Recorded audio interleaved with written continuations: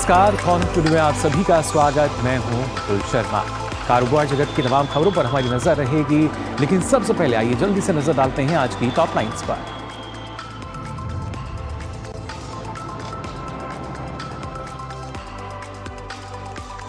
आज की जो टॉप लाइन है उनमें हम सबसे पहले बात करेंगे खासतौर से इंडिया मोबाइल कांग्रेस की भी, जो यहाँ प्रधानमंत्री नरेंद्र मोदी आज राजधानी दिल्ली में इंडिया मोबाइल कांग्रेस 2023 के 7वें संस्करण का उद्घाटन करेंगे। देश भर में शैक्षणिक संस्थानों को 100 5G यूज के लैब्स भी करेंगे प्रदान। इन प्रयोगशालाओं में 100 5G लैब्स पहल के तहत किया जा रहा है विकसित। इनकम टैक्स विभाग की तरफ से जारी आंकड़ों के मुताबिक 10 सालों में दोगुने हुए ITR भरने वाले। 2013 और 14 में 3.36 करोड़ थी ITR भरने वालों की संख्या, 2023-24 में बढ़कर हुई 7.41 करोड़।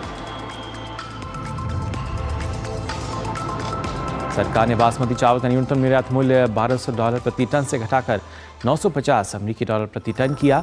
सरकार के मुताबिक ऊंची कीमतें बाहरी शिपमेंट को कर रही थी प्रभावित। और आज भी अमेरिकी, यूरोपीय और एशियाई बाजार में गिरावट का दौर जारी। सप्ताह के आखिरी कारोबारी दिन बढ़त के साथ खुले भारतीय शेयर बाजार। कल सेंसेक्स 900 अंकों की भारी गिरावट और निफ्टी 250 अंक के अधिक की गिरावट के साथ हुए थे बंद।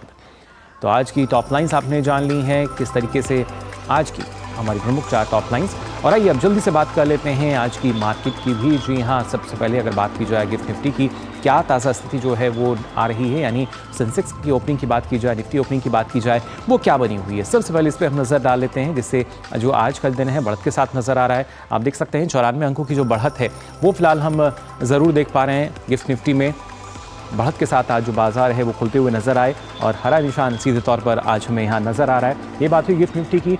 सेंसेक्स की क्या स्थिति है उस पर भी नजर डाल लेते हैं। तो आप देख सकते हैं 348.86 अंकों की तेजी के साथ जो बढ़त है वो नजर आ रही है। 63,497.01 ये बात हुई सेंसेक्स ओपनिंग की। और खासतौर से निफ्टी की अगर बात की जाए, क्योंकि हरा निशान जो है वो नज़र आ रहा है सेंसेक्स ओपनिंग में भी हमें, जैसा हमने आपको बताया कि बढ़त के साथ जो आज बाजार है वो खुले हैं। अब नज़र डालेंगे निफ्टी पर भी क्या स्थिति है उसकी, और इसके साथ साथ जो अलग अलग हमारे जो शेयर धारक हैं उनकी क्या स्थिति। निफ्टी 50 ओपनिंग आइए देख लेते हैं 18,954.05 यानी 96.80 अंकों की तेज़ी यहाँ भी हमें नज़र आ रही है।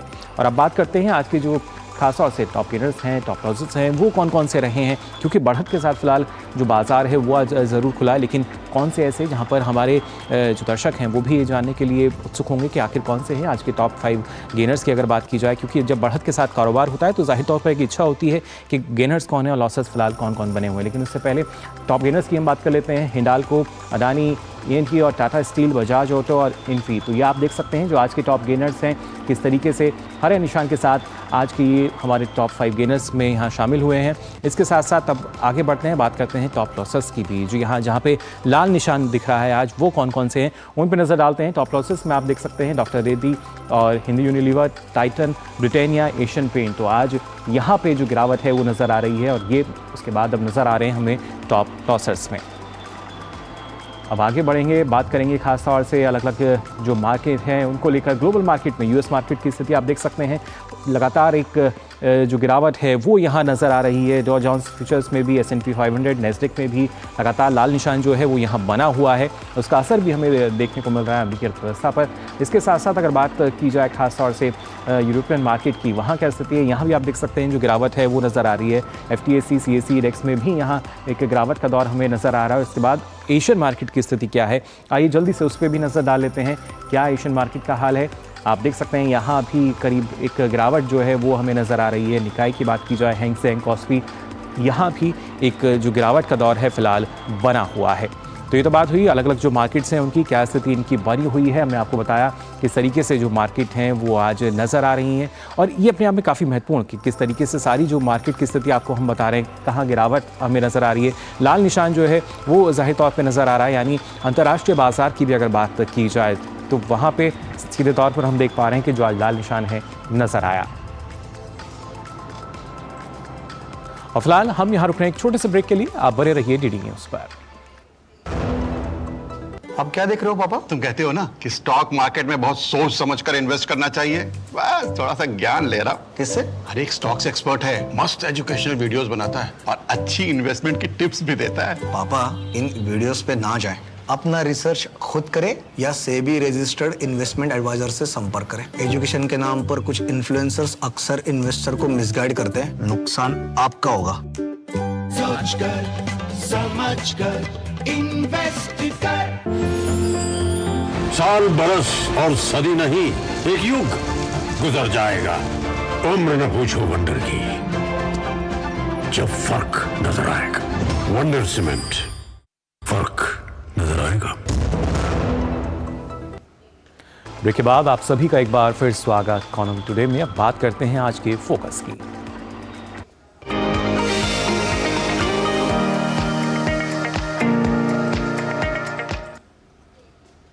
स्ट्रीट वेंडर्स को आर्थिक सहायता देने के लिए शुरू की गई योजना पीएम स्वनिधि से छोटे कारोबारियों को जबरदस्त फायदा हुआ है। हाल ही में देश के सबसे बड़े सरकारी बैंक एसबीआई ने इस माइक्रो क्रेडिट स्कीम पर अपनी रिसर्च रिपोर्ट पेश की, जिससे पता चलता है कि पीएम स्वनिधि योजना से स्ट्रीट वेंडर्स की जिंदगी में बड़ा बदलाव आया है। दरअसल पीएम स्वनिधि योजना ने शहरों में काम करने वाले छोटे कारोबारियों को आर्थिक मदद से तरक्की के पर्याप्त अवसर दिए हैं। रिपोर्ट की अगर बात की जाए तो पीएम स्वनिधि योजना में 65% ऋणी 26 से 45 वर्ष आयु वर्ग के हैं। पीएम स्वनिधि योजना में महिला उद्यमशीलता को बढ़ावा मिला है। जी हाँ, महिला उद्यमशीलता जो है उसके तहत हम देख सकते हैं बढ़ावा मिला है, क्योंकि योजना के कुल लाभार्थियों में से 43% महिलाएं हैं। वहीं इस रिपोर्ट के मुताबिक आपको बता दें, लगभग 75% लोन लेने वाले लाभार्थी गैर सामान्य श्रेणी से हैं।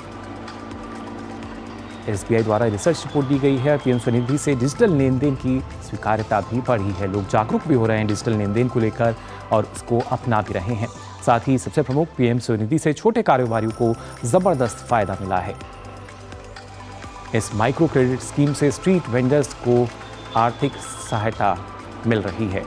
आर्थिक उत्थान के उद्देश्य से पीएम स्वनिधि योजना एक बड़ी सफलता है, जो कि समावेशी उद्यमिता को रेखांकित करती है। तो जाना आपने किस तरीके से पीएम स्वनिधि का लाभ मिल पा रहा है। इस बारे में और चर्चा के लिए आइए रुक कर लेते हैं। हमारे साथ खास मेहमान जुड़े हैं। शांतनु पेंडसे जी, चीफ जीएम है कॉर्पोरेट क्षेत्र के एसबीआई मुंबई से हमारे साथ जुड़े हैं। बहुत बहुत स्वागत आपका शांतनु जी। जानना चाहेंगे आपसे, आप किस तरीके से देखते हैं जब पीएम स्वनिधि की हम बात करते हैं और हाल ही में जो रिपोर्ट पीआई एसबीआई की, इसमें बताया गया कि कितना फ़ायदा इससे मिला है हमारे जो इस क्षेत्र के लोग हैं, खासतौर से स्ट्रीट वेंडर्स हैं। नमस्कार। भारतीय स्टेट बैंक की तरफ से सभी दर्शकों को अभिवादन और नमस्कार। अगर 1-2 मिनट का और समय देंगे तो मैं बताना चाहता हूं कि ये जो योजना आई थी पीएम स्वनिधि, वह 2020 के जून में आई थी, जब अपना देश कोरोना से जूझ रहा था। और अगर तब की स्थिति को अगर हम देखें जी, तो हमें पता चलता है कि जो नौकरी पेशा लोग थे या जिनको सरकारी क्षेत्र में नौकरी थी, उन सबकी तो तनख्वाहें मिल रही थी।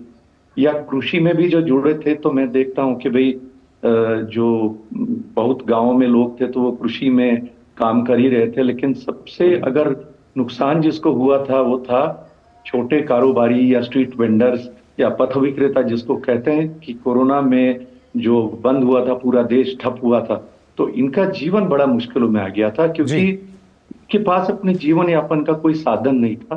तो जून 2020 में जो सरकार ने योजना लाई स्वनिधि, वह इनके जीवन में एक बड़ा परिवर्तन रहा। और मुझे खुशी है ये बताते हुए कि 0.5 करोड़ से ज्यादा लोग आज तक पिछले 3 सालों में इस योजना से लाभान्वित हुए हैं। जी, यानी शांतनु जी, हम मान सकते हैं कि आवश्यकता जो थी किस तरीके की महसूस की गई और उसके बाद ये जो योजना है इसकी शुरुआत हुई, लेकिन किस तरह का बदलाव आप देख पा रहे हैं आज के समय में? हाँ, क्योंकि ये योजना जब शुरू हुई थी तो शुरुआत में 10,000 रुपए का ही ऋण इनको दिया गया था जी। मगर जैसे जैसे ये देखा गया कि लाभार्थी बढ़ रहे हैं और उनके जीवन में परिवर्तन हो रहा है, तो 20,000 और अब 50,000 तक के ऋण उनको दिए जा रहे हैं। तो ट्रांच 1, ट्रांच 2 और ट्रांच 3, और आपने देखा एसबीआई की रिपोर्ट के बारे में भी आपने यहाँ बात की जी। तो जो 10,000 रुपए का ऋण लेने वाले बहुत सारे लोग, करीब मेरी समझ से 68% लोगों ने ट्रांच 2 लिया है, और ट्रांच 2 लिया उसमें से 75% लोगों ने ट्रांच 3 50,000 का लोन लिया है जी। और न सिर्फ ऋण, परंतु इनको डिजिटल भी बैंकों ने, सरकार ने और अर्बन लोकल बॉडीज ने मिलकर इनके जीवन में बदलाव ये आया है कि मैं कई स्ट्रीट वेंडर से मिला हूं, कई मीटिंग्स मैंने अटेंड की है, जिसमें स्ट्रीट वेंडर्स ने खुली तौर पे बताया है कि इस योजना ने उनके जीवन में बहुत परिवर्तन किया है जी। उनकी आय बढ़ी है, और सिर्फ आय नहीं बढ़ी, कई लोग अपने बेटों बेटियों को पढ़ाकर उच्च शिक्षा देने में भी वो कामयाब रहे हैं। अपना जीवन यापन करने में जो पहले असुविधा हो रही थी वो आज बहुत अच्छी तरीके से जीवन जी रहे हैं। जी शांतनु जी, और इसकी बानगी तो G20 सदस्य देशों के जो मेहमान आए थे उन्होंने भी देखी थी, कैसे हमारे जो स्ट्रीट वेंडर्स हैं वो डिजिटल पेमेंट को बढ़ावा दे रहे हैं। लेकिन इसके लिए क्योंकि इतनी संख्या में जब लोग जुड़ जाते हैं तो क्या कुछ पात्रता रखी गई है, कैसे इसका जो लाभ है वो लिया जा सकता है?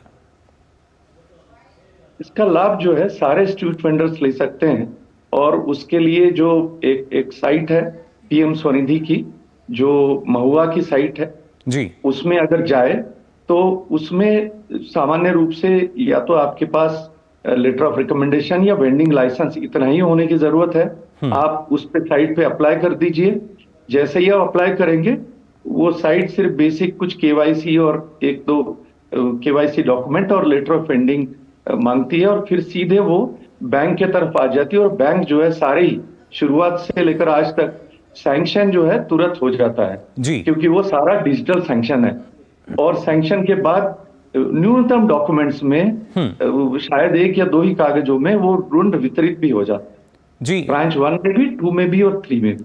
तो इसलिए स्ट्रीट वेंडर्स के लिए, पथ विक्रेताओं के लिए ये बहुत आसान है। एक और बात हुई है इस योजना में जो शायद मैं बताना चाहता हूं, मुझे सिर्फ आधे मिनट का समय दीजिए जी। इस योजना ने पथ विक्रेता को एक प्रमाण पत्र दिया है, एक पहचान दी है।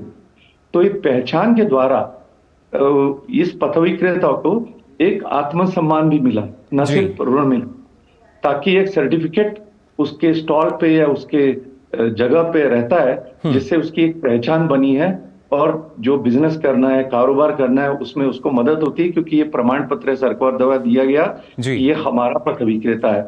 और डिजिटल लेन देन की बात करें तो इतना बेहतरीन काम हुआ है कि अगर 50 लाख लोग से ज्यादा इसमें जुड़े हैं तो इसमें से करीब करीब 70% लोग जो है ये डिजिटल लेन देन करते हैं।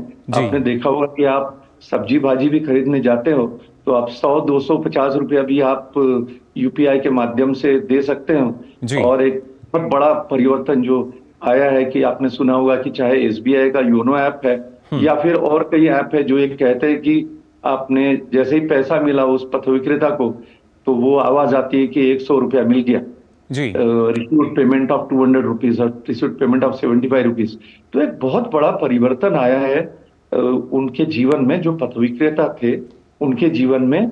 और खास बात यह है कि ये 1/2 करोड़ से ज्यादा लोग जो पहले सुबह होती थी तो साहूकार जो है, ये वास्तविकता है, मैं बता रहा हूं कि आप मंडियों में जाएंगे तो पथ विक्रेता को सुबह जो है 900 रुपए साहूकारों से मिलता था और शाम को 1000 रुपया लौटाना पड़ता था। ये वास्तविकता थी। शांतनु जी, और सबसे अहम बात यही कि बिना गारंटी के जो एक ऋण की सुविधा है वो इन स्ट्रीट वेंडर्स को मिली है इसके जरिए। बिल्कुल बिना गारंटी के, क्योंकि इसकी गारंटी सरकार ने ली है CGFMU ट्रस्ट के द्वारा। सो ना कोई कोलैटरल की जरूरत है, ना किसी गारंटर की जरूरत है, ना किसी पहचान की जरूरत है। आपका आधार ही आपकी पहचान। जी बिल्कुल। और आने वाले समय में और किस तरह का बदलाव इसके जरिए हमें नजर आएगा?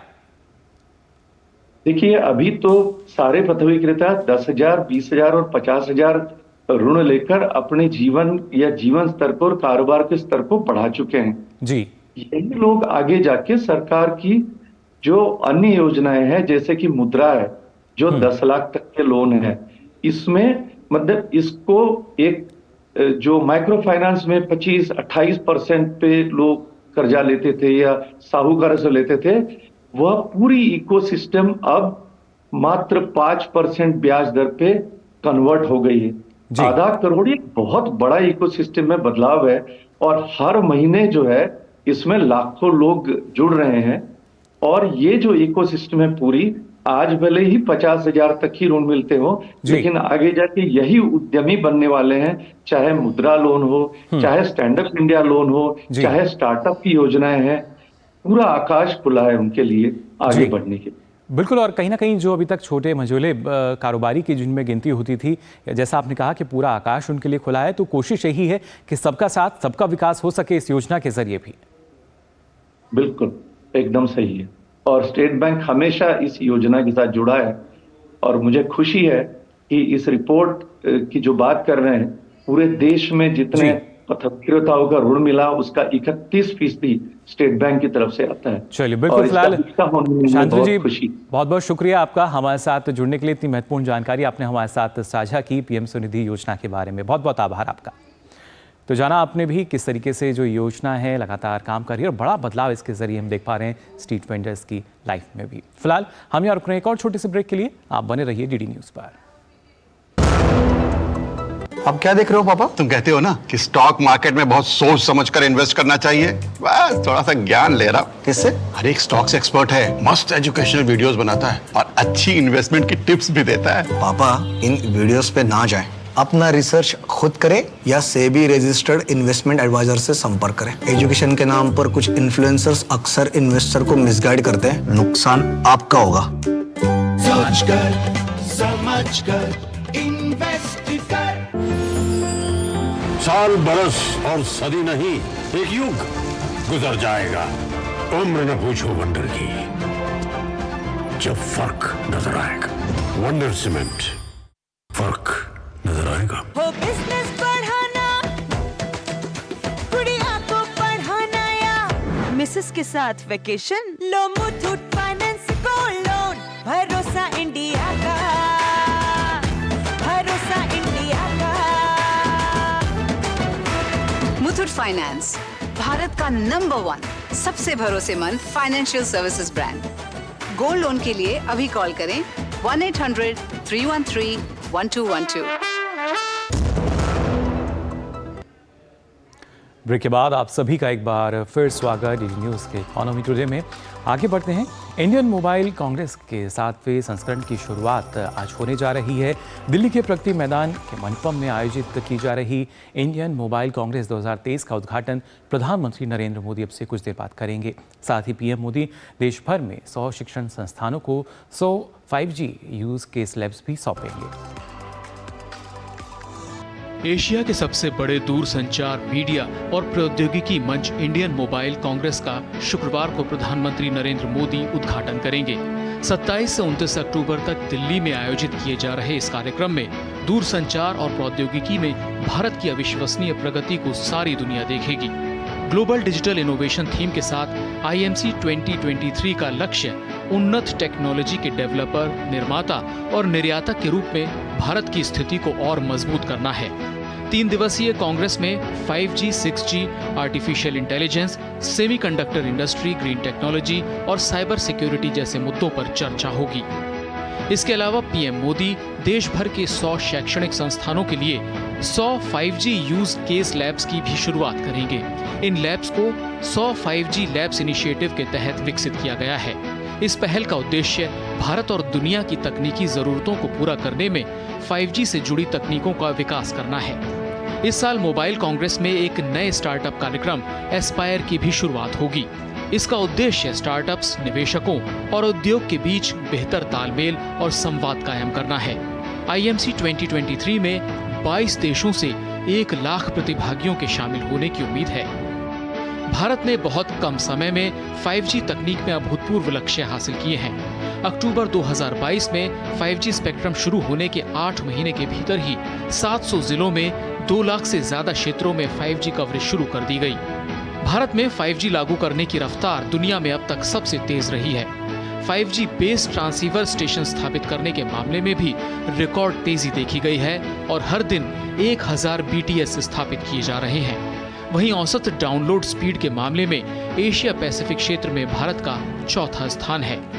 5G के बाद 6G को लेकर भी भारत की तैयारियां जोरों पर हैं और प्रधानमंत्री नरेंद्र मोदी भारत 6G विजन को जारी कर चुके हैं और साथ ही दूरसंचार विभाग Bharat 6G alliance task force का गठन कर चुका है। Bureau report, DD news. तो अब से कुछ देर बाद प्रधानमंत्री नरेंद्र मोदी इसका शुभारंभ करेंगे और ख़ास तौर से अगर देखा जाए भारतीय मोबाइल कांग्रेस 2023, जिसमें कोशिश की जा रही है कि जो भविष्य की तमाम हमारी प्रौद्योगिकी है उसको एक बार फिर से दिखाया जा सके।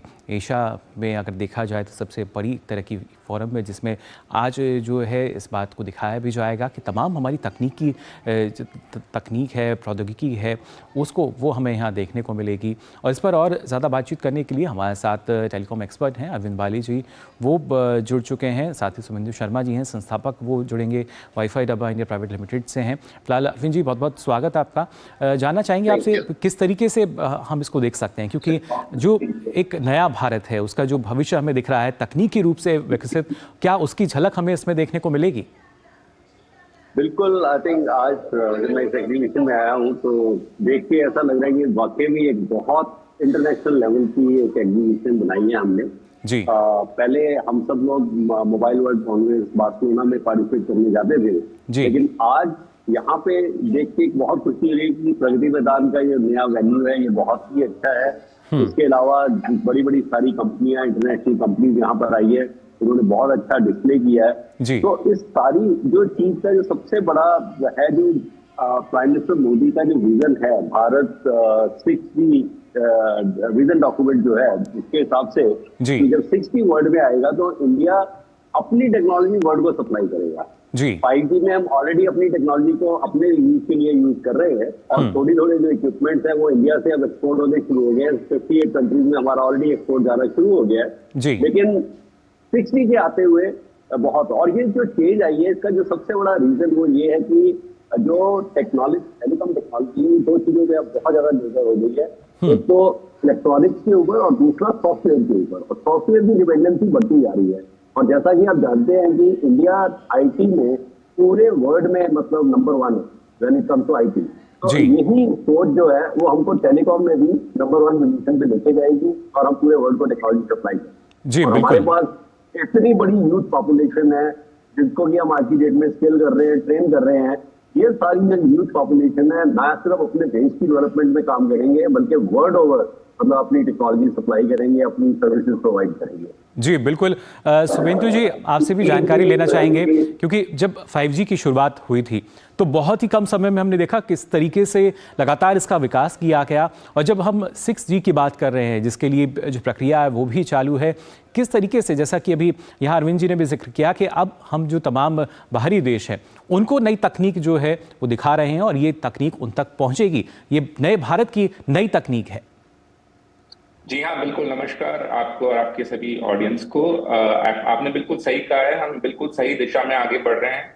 अगर हमने 5G की शुरुआत अगर आज से 4 साल पहले काम करना शुरू किया था तो आज से ही हमें 6G पे काम करना चालू करना चाहिए। और हमारी सरकार, सेंट्रल गवर्नमेंट का बहुत बड़ा हाथ है इसमें कि वो एक जो उनका आत्मनिर्भरता का जो पूरा कैंपेन है वो एक सक्सेसफुल दिशा में जा रहा है। जी, अगर आप देखेंगे चाहे आज के टाइम में कोई कॉन्फ्लिक्ट हो, चाहे इजराइल हमास का कॉन्फ्लिक्ट हो, वहां पर एक जो बड़ा प्लेयर है वो वॉरफेयर जो बन चुका है वो डिजिटल वॉरफेयर बन चुका है आज के टाइम में। अगर हम आत्मनिर्भर नहीं बनेंगे, सक्षम नहीं बनेंगे तो आने वाले दिनों में हम कंपीट नहीं कर सकते दुनिया के साथ, चाहे वो अपनी सिक्योरिटी साइड हो, नेशनल सिक्योरिटी हो, चाहे वो टेक्नोलॉजी में आगे बढ़ना हो। जो हमारी पॉपुलेशन है, यंग पॉपुलेशन है, उनको जो हम नए नए रोजगार प्रदान करना चाहते हैं वो कहीं ना कहीं जाके टेलीकॉम इंफ्रास्ट्रक्चर से कहीं ना कहीं जुड़ते हैं। तो जो हमारा जो कदम है, जो हम काम कर रहे हैं, 5G हो, 6G हो, जो उसका रिसर्च चल रहा है, अपने लिए तो हमें काम करना ही है, लेकिन दुनिया भर में हमें अपनी टेक्नोलॉजी को पहुंचाना है। जैसे हमने IT सर्विसेज में काम किया है, टाइम आ गया है हम अब सेमीकंडक्टर और 6G के क्षेत्र में आगे बढ़ें और एक सही दिशा में हम लोग आगे बढ़ रहे हैं। जी बिल्कुल। और खासतौर से अरविंद जी, जब हम सेमीकंडक्टर की बात करते हैं तो ना सिर्फ विश्व मानचित्र पर एक सेमीकंडक्टर के निर्माता के रूप में एक अहम भूमिका जो है वो हमारी नज़र आने वाली है। विदेशी कंपनियां जो हैं वो रुचि दिखा रही हैं, लगातार निवेश कर रही हैं, और इस कार्यक्रम के ज़रिए भी अगर हम देखते हैं इंडिया मोबाइल कांग्रेस के ज़रिए भी कहीं ना कहीं, जैसा कि अभी यहाँ पे इन्होंने भी जिक्र किया सुमेंदु जी ने कि 6G की बात की जाए, AI की हम बात करें, ये वो तमाम तकनीक है जो आने वाले समय की तकनीक है, और अब भारत तकनीक की बदौलत पूरे विश्व को इसका लोहा मनवाने जा रहा है। या बिल्कुल सेमीकंडक्टर का जैसे कुछ टाइम पहले गांधीनगर में बहुत बड़ा इवेंट हुआ था सेमीकॉन, उसमें भी बहुत MOU साइन हुए, एग्रीमेंट साइन हुए हैं। और जो सेमीकंडक्टर है मतलब वो एक ऐसी चीज है जो कि आगे आगे इसकी बहुत ज्यादा डिमांड रहने वाली है, इसमें हम किसी और पे डिपेंड नहीं कर सकते। तो उसी सोच से कंट्री ने एक बहुत बड़ा एक कदम लिया है, गवर्नमेंट ने बहुत बड़ा एक अमाउंट इसके लिए कमिट किया है ताकि सेमीकंडक्टर्स में ऐसा ना हो कि हम किसी पे डिपेंड रह जाए। वैसे अगर आप देखा जाए तो आज से 25-30 साल पहले इंडिया ने सेमीकंडक्टर्स में काम शुरू किया था, बट वो थोड़ा सा इट वाज अर्ली। फिर एक बीच में ऐसा फेज आया कि जब हमने ज्यादा इस पे काम नहीं किया, लेकिन अब एक रियलाइजेशन हुई है कि सेमीकंडक्टर्स में होना चाहिए। और हमने ये देखा है कि हम अपने देश में और खासतौर से प्राइम मिनिस्टर मोदी जिस चीज में इनिशिएटिव लेते हैं वो चीज मतलब सारे लोग लग जाते हैं और बहुत जल्दी से हो जाती है। तो मेरे को मतलब मैंने बहुत वर्ल्ड में बहुत जगह काम किया है, मैं ये बड़े फक्र के साथ कह सकता हूँ कि अगर हमने ये सोच आज की डेट में पकड़ी है तो हम सेमीकंडक्टर में भी इंडिया से वर्ल्ड को लीड करेंगे, बिल्कुल करेंगे जी। और इसके अलावा यहाँ पे अगर इस एग्जीबिशन में देखें तो हम लोग टेलीकॉम जो है आज की डेट में इतना बड़ा स्पेस हो गया, इतना बड़ा फील्ड हो गया है, इसी के अंदर सैटेलाइट कम्युनिकेशन इसी में आ जाती है। तो इसरो का यहाँ पे स्टॉल है। सिमिलरली सेमीकंडक्टर का आपने ऑलरेडी बात की है, सॉफ्टवेयर का बहुत बड़ा रोल है, सर्विसेज का बहुत बड़ा रोल है, जितनी आपकी डिजिटल इकोनॉमी चल रही है आज की डेट में उसका बहुत बड़ा रोल है। तो मेरे ख्याल एक टाइम था जब हम 4-5% GDP टेलीकॉम से आती थी, आज की डेट में 10% से ऊपर GDP चली गई है। टेलीकॉम और टेलीकॉम से रिलेटेड जो जॉब की रिक्वायरमेंट है वो ऑलमोस्ट 1,19,00,000 डायरेक्ट इनडायरेक्ट जॉब्स है जो कि टेलीकॉम से रिलेटेड फील्ड में आ रहे हैं। तो एक बड़ा आंकड़ा ये भी जी, बहुत बड़ा आंकड़ा है। और इस आंकड़े के कारण जो सबसे बड़ी बात यह है कि इंडिया की जो टैलेंट है, मतलब जैसे आप सबने देखा कि IT पे हम पूरे वर्ल्ड में छाए हुए हैं। आज वर्ल्ड में कहीं पे भी जाओ, जैसे ही आप इंडियन बोलते हो लोग बोलते हैं वाह you guys are very smart, आप इतना अच्छे IT कर रहे हैं। वही एग्जैक्टली चीज टेलीकॉम में होने वाली है जी। इलेक्ट्रॉनिक्स में आपने देखा यहाँ पे हैंडसेट मैन्युफैक्चरर्स भी है। एक टाइम था कि इंडिया सबसे बड़ा हमारा इलेक्ट्रॉनिक इंपोर्ट हैंडसेट का था, मोबाइल फोन का था। आज हम इंडिया क्या वर्ल्ड की सेकंड लार्जेस्ट प्रोडक्शन फैसिलिटीज यहाँ पर हैं और हम ना कि अपने देश के लिए पूरा बना रहे हैं बल्कि विदेशों में भी एक्सपोर्ट कर रहे हैं यहाँ से जी। बिल्कुल, और लगातार उस एक्सपोर्ट को बढ़ाने की भी बात हम करते हैं। आपको बता दें अब से थोड़ी देर बाद ही प्रधानमंत्री नरेंद्र मोदी शुभारंभ करेंगे 7वें इंडियन मोबाइल कांग्रेस 2023 का। शुभेंदु जी, आपसे जानना चाहेंगे, जब अभी जैसा अरविंद जी कह रहे थे कि जो हमारे IT क्षेत्र की जब हम बात करते हैं तो हमारे ही जो मूल रूप से भारत के ही लोग हैं वो आज पूरे देश में अलग अलग देशों में भी हैं, बड़े पदों पर भी हैं। लेकिन अब जो हमारा जो मेड इन इंडिया की जब हम बात करते हैं, मेक इन इंडिया की जब हम बात करते हैं तो इसके तहत हम कह सकते हैं कि अब पूरी ताकत जो है इसी में अब नज़र आ रही है कि कैसे पूरी जो दुनिया है, जो पूरा विश्व है वो देख सके। और उसी के लिए खासतौर से इंडिया मोबाइल कांग्रेस की भी अगर बात की जाए तो ये एक उदाहरण, एक मिसाल के तौर पर पूरे विश्व के सामने हम मान सकते हैं आज। जी हाँ, बिल्कुल, आप बिल्कुल सही कह रहे हैं, मैं आपसे सहमत हूँ। अगर आप देखेंगे जो अगर आप हार्डवेयर की बात करें, जो हार्डवेयर डिजाइनिंग की जो बात करें, मेरे पास आंकड़े नहीं है लेकिन आप अगर देखेंगे कोई भी उठा के आप देखेंगे कि हर जगह इंडियन ब्रेन ही डिजाइनिंग हार्डवेयर के पीछे आपको मिलेगा कहीं ना कहीं इन्वॉल्व। जो अब कदम उठाए गए हैं, जो कॉलेज लेवल पे, जो IIT लेवल पे, ट्रिपल IT लेवल पे और जो Tier 1 कॉलेजेस हैं उनमें आप देखेंगे अगर जो सरकार ने कदम उठाए कि जो शुभेंदु जी, आपको यहाँ रोकना चाहूंगा खासतौर से जो जैसा हम बता रहे थे कि प्रधानमंत्री अब से कुछ देर बाद शुभारंभ करेंगे, प्रधानमंत्री पहुंच चुके हैं और जो तस्वीरें आपको वहाँ की हम दिखाएंगे किस तरीके से